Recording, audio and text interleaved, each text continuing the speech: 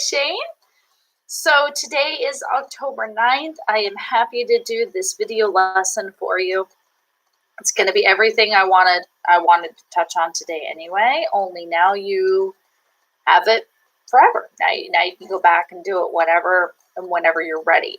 So speaking of that and singing again, if it hurts to talk right now, I would love for you to do as much vocal rest. I know you know about this.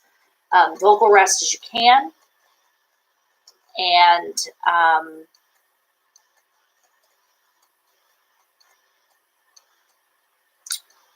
even when you go back to work. So I don't imagine you're going to work today.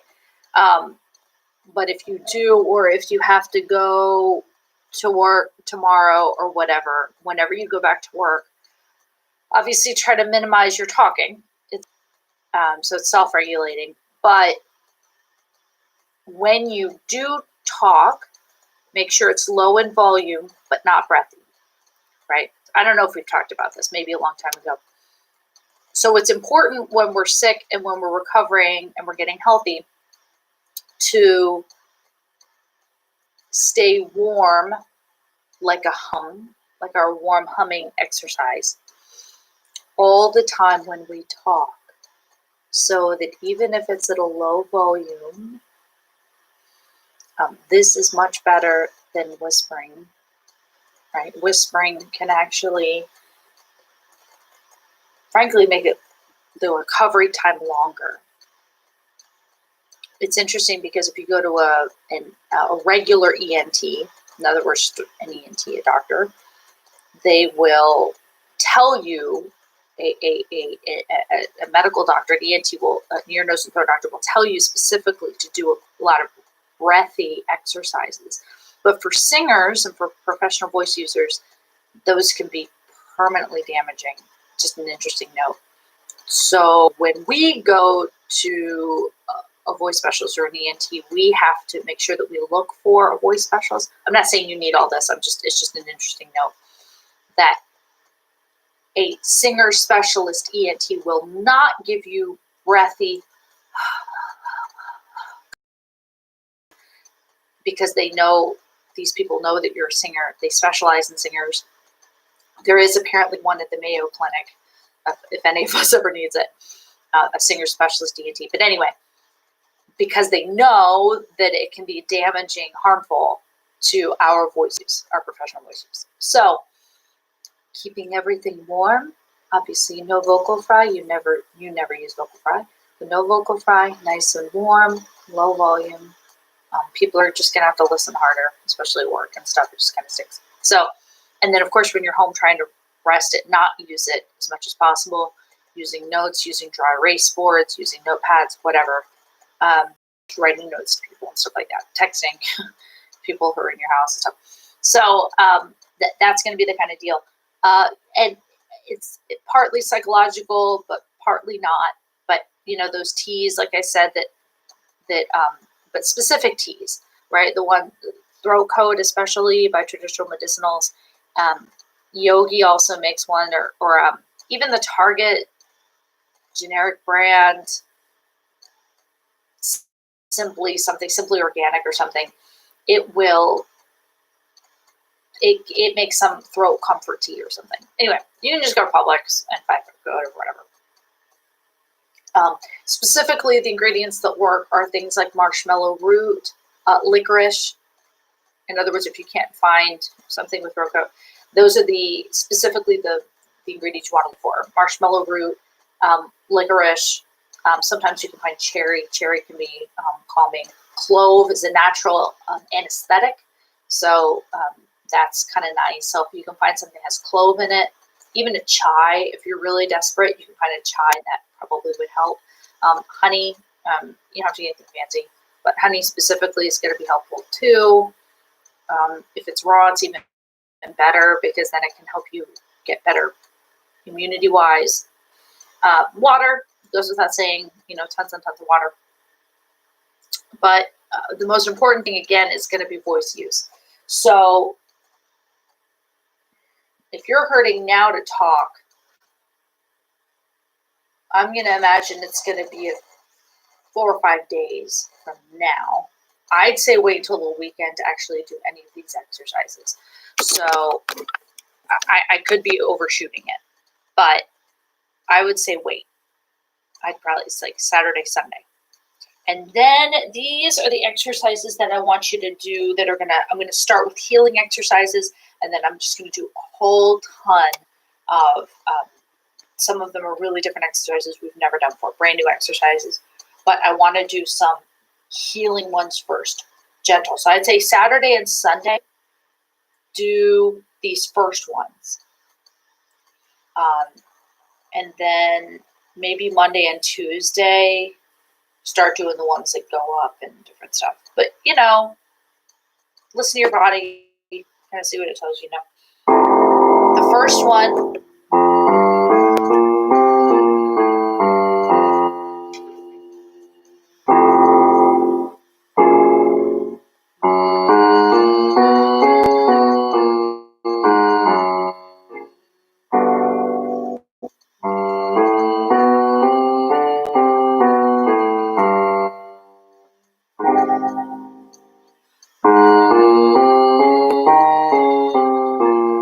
see the part lips barely touching.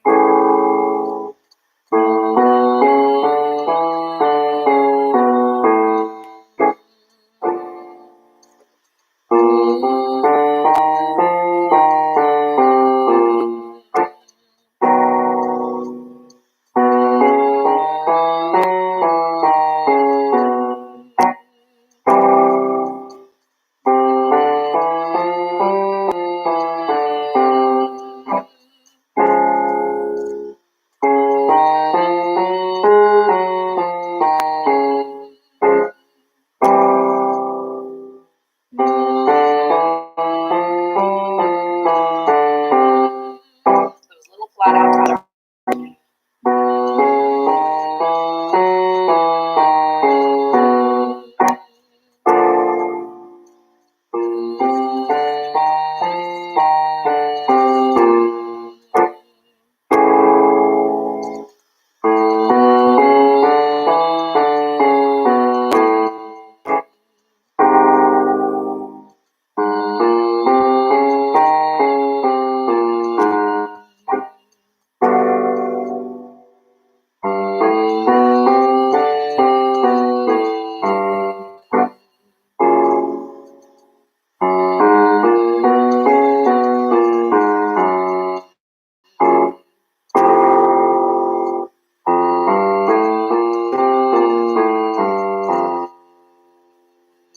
Maybe one more.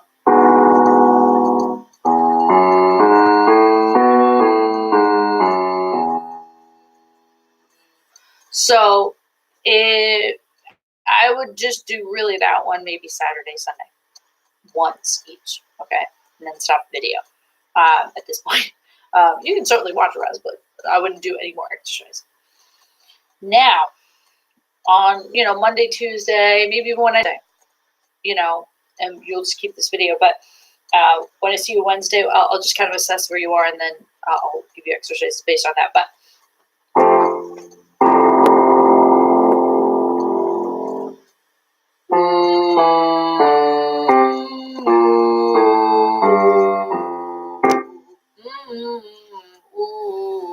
so 8 notes. First 4 hums, the last 4 are oohs.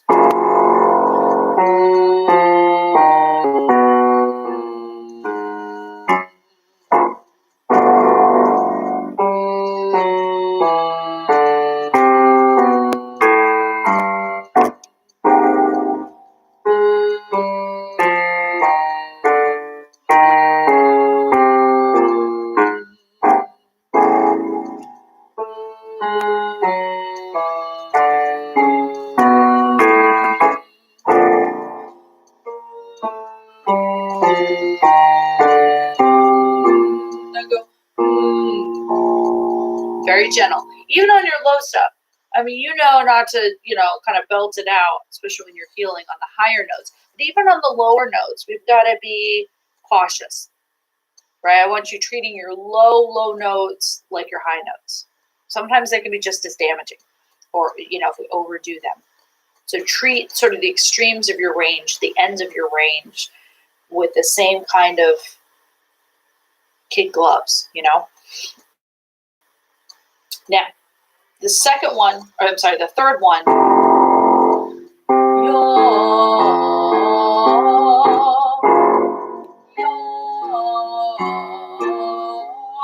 I'm shaking my jaw back and forth so that it doesn't get locked into that yaw, because yaw is going to make me, not everybody, but yaw makes me, it makes me hold for some reason. Keep going.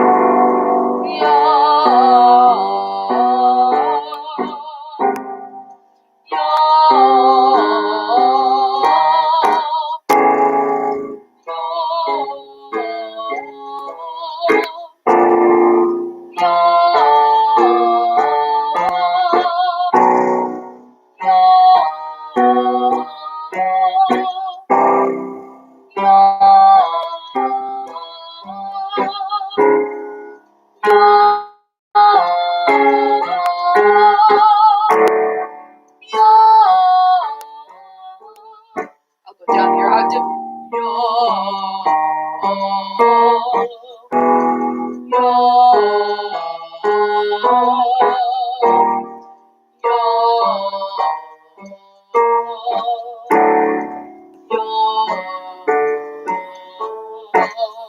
Actually, at my low range.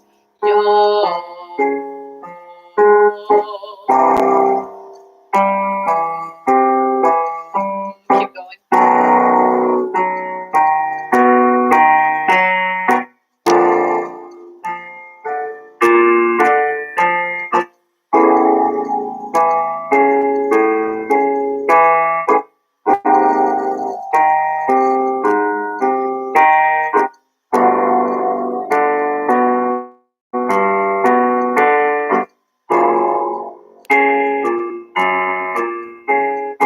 Last one. Next one. But hum this first note.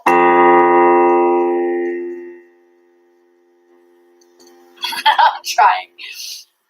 So yo, but I want you to make it a pure yo, not yo, or like we would say, like yo. See how there's a little ooh at the end? I want it to be a pure o.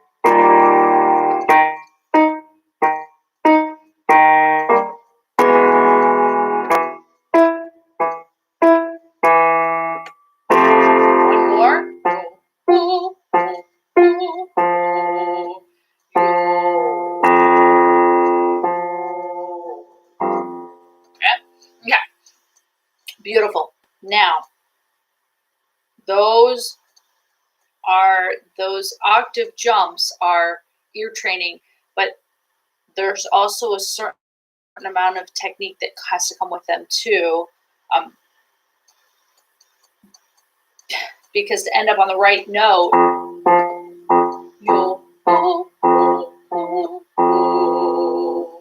you've got to really kind of feel and see where you're supposed to go first, and then in order to get there, So again, these are all a little more advanced for when you're really starting to heal. Now, how do I know?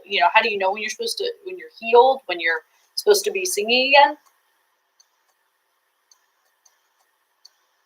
When it doesn't hurt to talk anymore. I mean, that's a good general rule.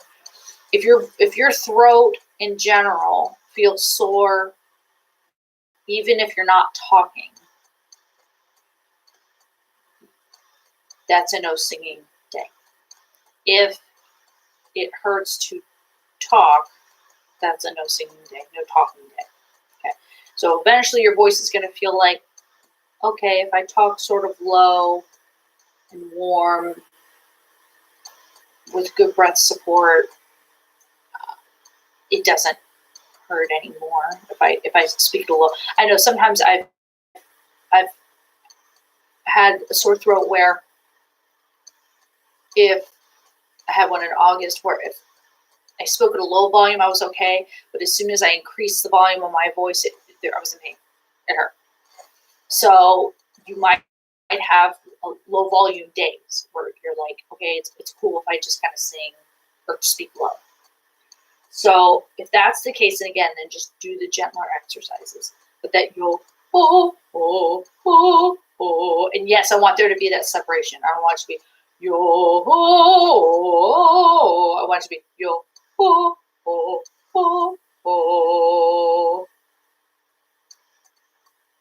And going right to that pitch, which we're all about that, is the name of the game on that one too, which is why I like the one for you. This one's a little bit different. I'd love for you to go. Actually, I'm going to start here once again low. I want you to go just moo like a cow. Like moo.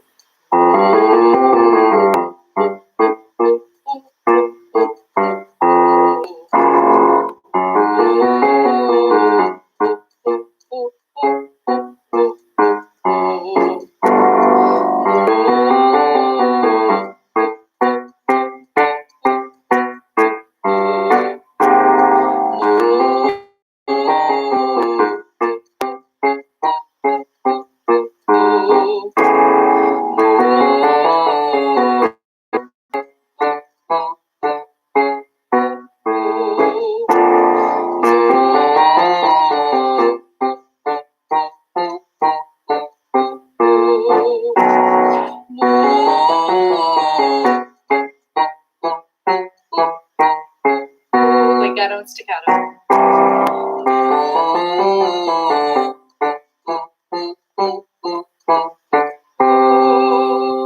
Totally different sort of breathing technique, right? It's totally different use of the breath and the breathing muscles.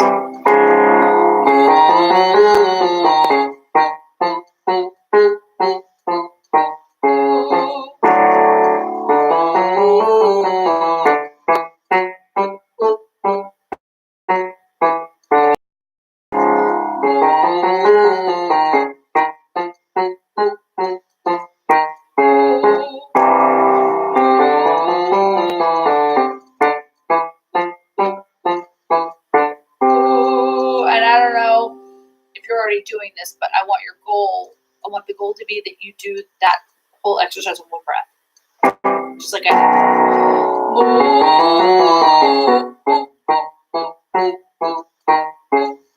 I mean, I guess you could breathe in between the staccato ones and catch a sneak breath. I'd love for it to be on all of this whole thing in one breath.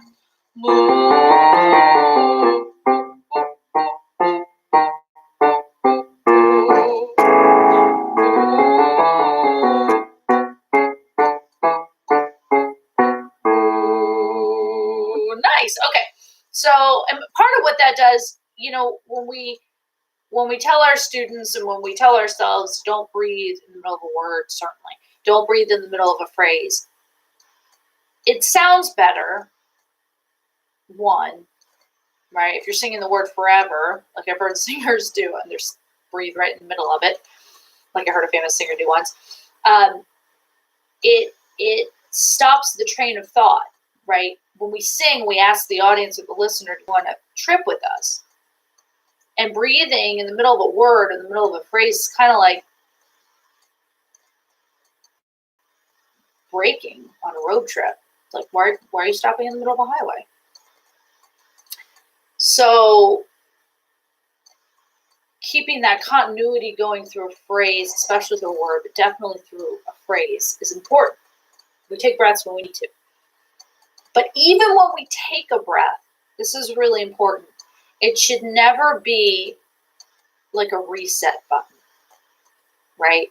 There's always this sense that you're elevated, that there's a certain amount of not physical tension, but psychological tension. Ooh, ooh, ooh, ooh, ooh, ooh, ooh, ooh, ooh. Now, I didn't take a breath in between those, but I did stop my voice, and I didn't do this, Shane. Watch. Ooh, you or moo.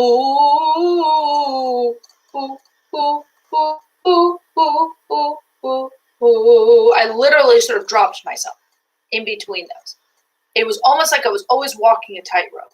You, ooh, ooh, ooh, ooh, ooh, ooh, ooh.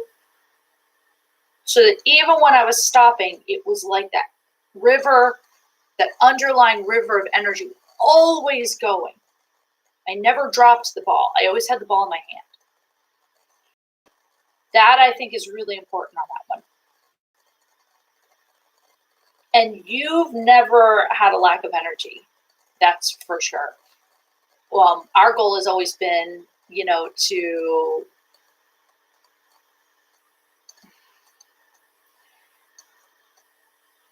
I want to use a word that's really good. Focus that energy in a way that's gonna retain the awesomeness of that energy, but still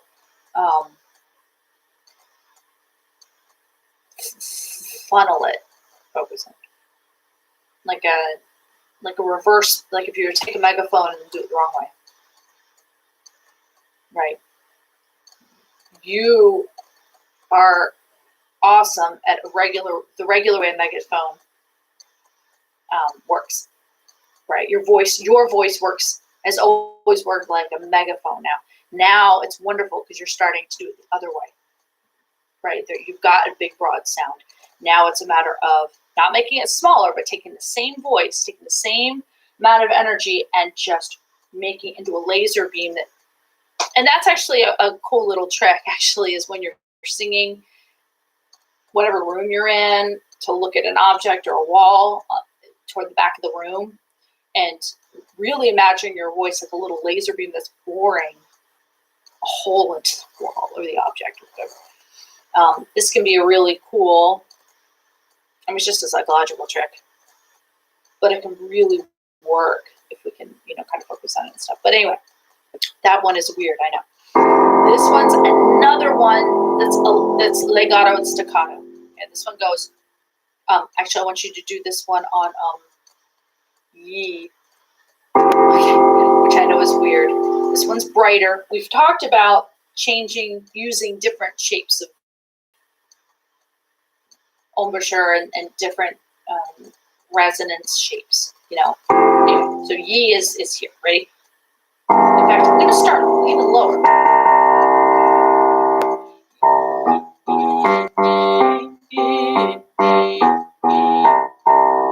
Now, how is that staccato and legato? The first of each pair is staccato. I'm sorry, is so.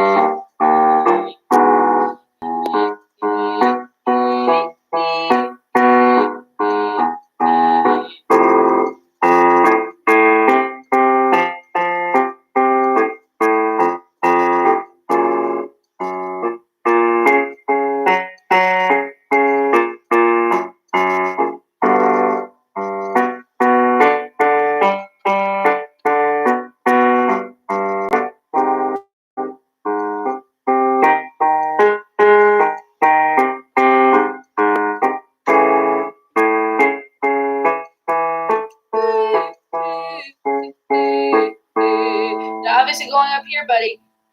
On the E, you're not going to do a true E. We can more like a yeah, like that.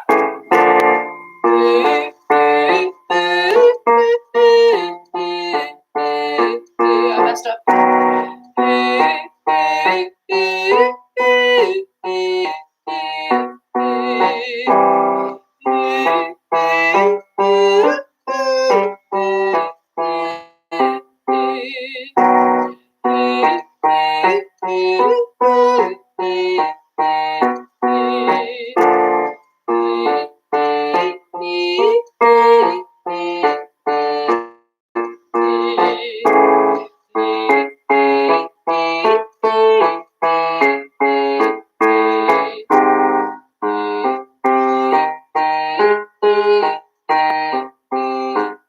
Just checking.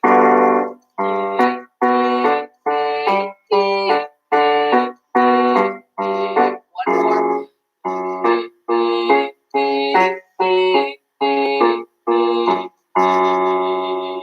So that's one again. Staccato, legato, using your breathing muscles in different ways. That way it's sort of ready for anything. It's a little bit like, those people who exercise. They do something called muscle confusion. So they, people do exercises where, your muscles have to do different things and you're switching it up on them without warning and stuff. The voice and the muscles used for breathing and for singing are very similar. They also do well with that. I mean, it's the human body. So they also respond well to switching up exercises like that, and switching up textures and switching up how we sing things, and switching between styles. That's a huge thing too that I would love for you to focus. In other words, because you can sing so much stuff, so much music and stuff, but switching, Shane, between songs that are very different. So I want you to, be able to go from a song that's, really, loud and punk, and then go to something really sort of chill and like, Postal Service or whatever, it's something along those lines, and to be able to go back. That's not only going to obviously make you a better singer because you're practicing that way, but in terms of having your voice, having your muscles ready to behave in a certain way when you want them to, when they need to be on the ready, is important, and the sign of a really well-developed singer, well-developed voice. So that's something to consider too. So not just these exercises, but songs that you're switching in between that's going from crazy this. Let's pick out something totally different. Let's pick out now a different song. It's totally different from that one. I think that's also going to sort of stretch you out a little bit. It's, it's like this. It's like when I stretch for my piano, I go this way, I switch this way, and then I switch this way. And then I switch this way, right? We're increasing range of motion, right? We're trying to go to the extremes so that our hands go, oh, I can go that far? The voice is the same way. Oh, I can do that style and I can do that style. I can go from that side to that side. Oh, I can do a lot of stuff. I can go from here to here. That's really cool. That's physical and psychological, both. So I think it's important. That's part of the training. I don't know why I thought suddenly about, saying training and thinking this way and talking this way. It's like Karate Kid. It's like, it really is a psychological Zen kind of training. Like, you need to train your mind, like the art of war. That's really what this is. because it's so much in the mind. And that's part of the reason it's hard and so few people do it. So few people sing, because we don't want to have to go there. We just don't. So, and we don't want to do the work. So anyway, going back and forth between styles, but also going back and forth between radically different exercises. I've sent you exercises and emails. At this point, on a daily basis, I would pick those exercises like as if you were picking them out of a hat. I would do one exercise each day, a couple exercises each day, but I'd pick one from an email. I would pick one from this video. I would pick one that you randomly remember. I would just go back and forth. So I'd go, you are so good, you can switch back and forth between different ones that you like. But trying to do on purpose radically different ones. Continuing to do your lip trills, but again, please do not even attempt lip trills until your voice feels okay when you speak and when you hum. First thing, again, you're going to try when you start to feel like there's no pain when you talk is a hum. So you're going to go, I don't feel that bad when I talk. Okay, let me try. I don't feel any pain anymore. Oh, let me try hum. Oh, no, too soon. And then try the next to go, all right, that's a little better. Then start to go, maybe the next day. The other thing I wanted to mention too, going back to sort of treating this, I don't know if you're, obviously what your laryngitis is caused by. It could be viral pharyngitis,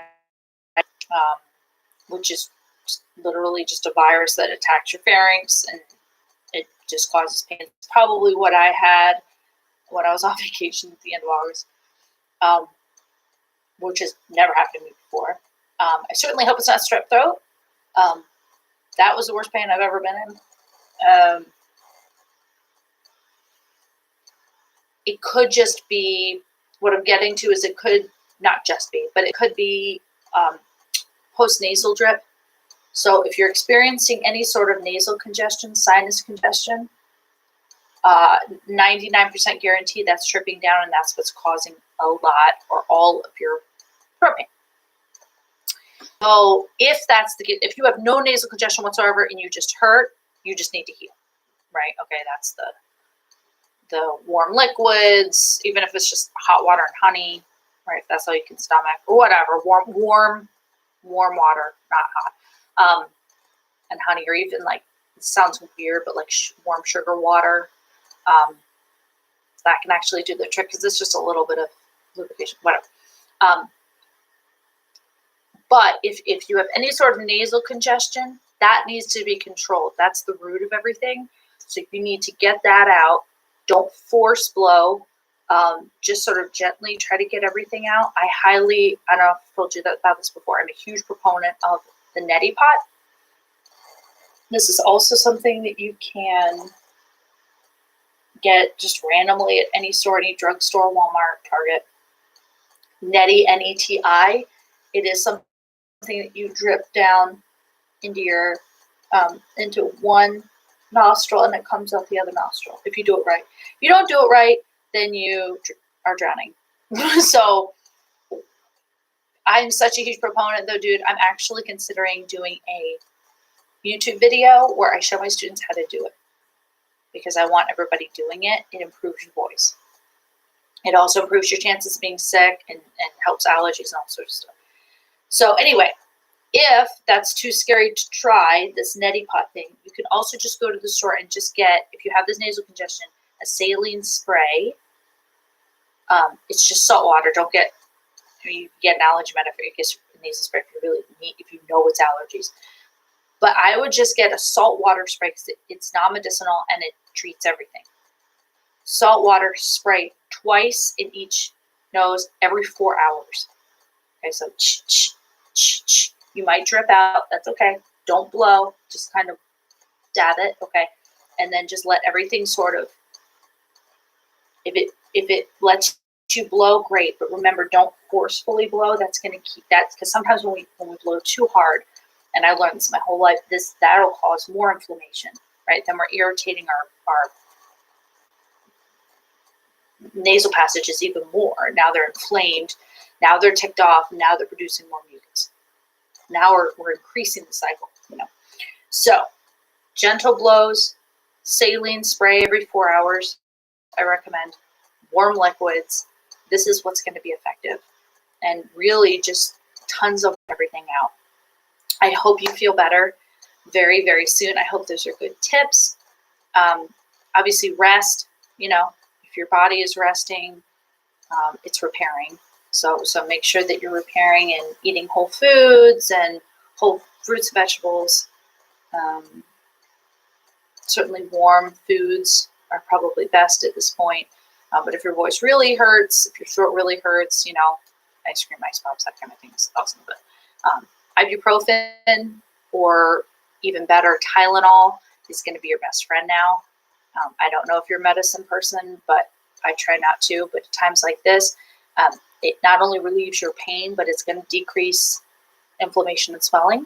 So that's going to be your deal too. So Tylenol is much safer, and take that around the clock, and you'll see a reduction too, probably faster than if you didn't take it.